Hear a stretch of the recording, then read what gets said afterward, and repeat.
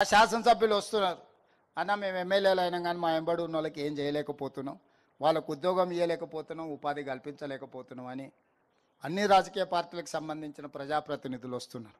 అందుకే ఈరోజు 5 లక్షల మందిని మన చుట్టూతో ఉండి చదువుకున్న వాళ్ళు ఉండి చైతన్యం ఉండి అర్హత ఉన్న వాళ్లకు 50,000 నుంచి 4 లక్షల వరకు స్వయం ఉపాధి పథకం కింద నిధులు మంజూరు చేయించడానికి అర్హత కలిగిన వాళ్ళకి మంజూరు చేయించడానికి ఈరోజు 6,000 కోట్ల రూపాయలు మీ చేతుల్లో రాబోయే 2 నెలల్లో పెడుతున్నాము.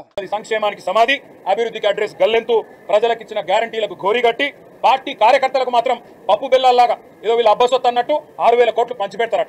6,000 కోట్లు ఎవడి అబ్బసొత్తు? తెలంగాణ ప్రజల సొత్తు.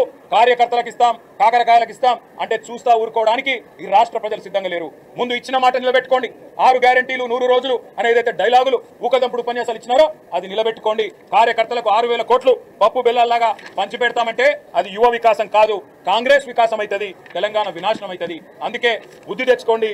ఇకనైనా ఢిల్లీకి మూటలు పంపే అలవాట్లు మానుకొని రైతుల ఆత్మహత్యల మీద దృష్టి పెట్టండి. ఒకవైపు రాష్ట్ర వ్యాప్తంగా పంటలు ఎండుతుంటే రాష్ట్రంలో రైతులు ఆత్మహత్య చేసుకుంటే అందాల పోటీలు పెడతారట.